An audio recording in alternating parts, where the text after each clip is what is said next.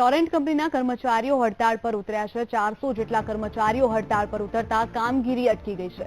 છેલ્લા 2 મહિનાથી ટોરેન્ટના કર્મચારીઓનો મોબાઈલ અને ટિફિન લાવવા પર પ્રતિબંધ લગાવવામાં આવ્યો હતો, જ્યારે હવે રિસેસના 45 મિનિટ આપવાની મનાઈ કરવામાં આવી છે।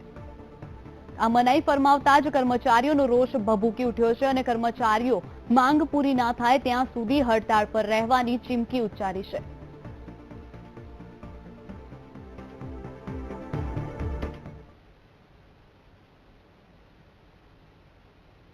हमारे मोबाइल की तकलीफ है, रिसेस की तकलीफ है, टिफिन अमने अंदर लई जवा दे પછી બહાર આવવા દેતા નહીં। પહેલા અમારી રિસેસ હતી, અમારી રિસેસ બંધ કરી નાખી છે। આ લોકો કહે છે અંદર ઉપરથી ઓર્ડર છે, તનો ઓર્ડર છે, અમારે કોઈ જાણ થઈ નથી। કંપની વાળાએ નક્કી કર્યું કે આ લોકોને બહાર નહીં જવા દેવાના, બરાબર। અમારી હાજરી 305 છે, ટિફિન બી અંદર જમવાનું, 1.5 કલાકની રિસેસ છે તોય અમને મળતી નહીં। આ સાથે જ અમારા સંવાદદાતા નરેન્દ્ર રાઠોડ જોડાઈ ગયા છે। નરેન્દ્ર, જણાવશો કે જે રીતે 400 થી વધુ કર્મચારીઓ ટોરેન્ટના રસ્તા પર ઉતરી ગયા છે, તેઓ હડતાળ પર ઉતર્યા છે, શું છે તેઓની માંગો? જી, આજથી 2 મહિના પહેલા સૌપ્રથમ તો જે કર્મચારીઓ છે એમની મોબાઈલ અને ટિફિન લઈ જવા માટે મનાઈ ફરમાવવામાં આવી હતી અને ત્યારબાદ જ કર્મચારીઓમાં આ જે નિર્ણય લેવામાં આવ્યો હતો સંચાલકો દ્વારા અથવા તો જે તંત્ર દ્વારા, એને લઈને વિરોધ જોવા મળી રહ્યો હતો અને આજ ફરીવાર થોડા દિવસ પહેલા એમને જણાવવામાં આવ્યું હતું કે હવેથી એમની જે 45 મિનિટની રિસેસ બપોરે આપવામાં આવે છે એ પણ રદ કરવામાં આવી છે અને એ સમયગાળામાં પણ એમને કામ કરવાનું રહેશે।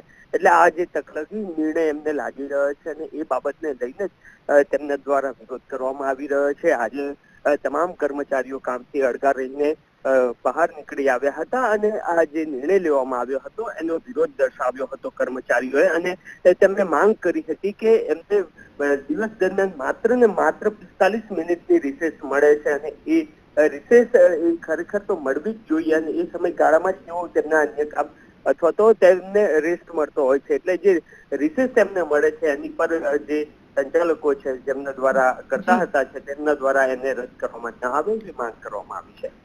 જી નરેન્દ્ર, જે હડતાળને પગલે ટોરેન્ટ પાવર દ્વારા કોઈ પગલાં લેવામાં આવે છે કે કેમ?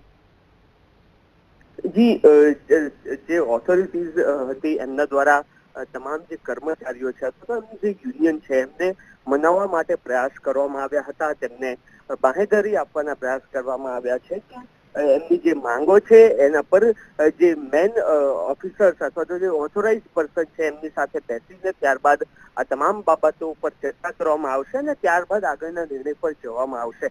જો કે જે કર્મચારીઓ છે એમની સ્પષ્ટ માંગ છે કે તેઓ આ બાબતે મક્કમ છે અને એમની જે 45 મિનિટની રિસેસ છે તે તેમને મળવી જ જોઈએ। જી નરેન્દ્ર, સમગ્ર માહિતી બદલ આભાર।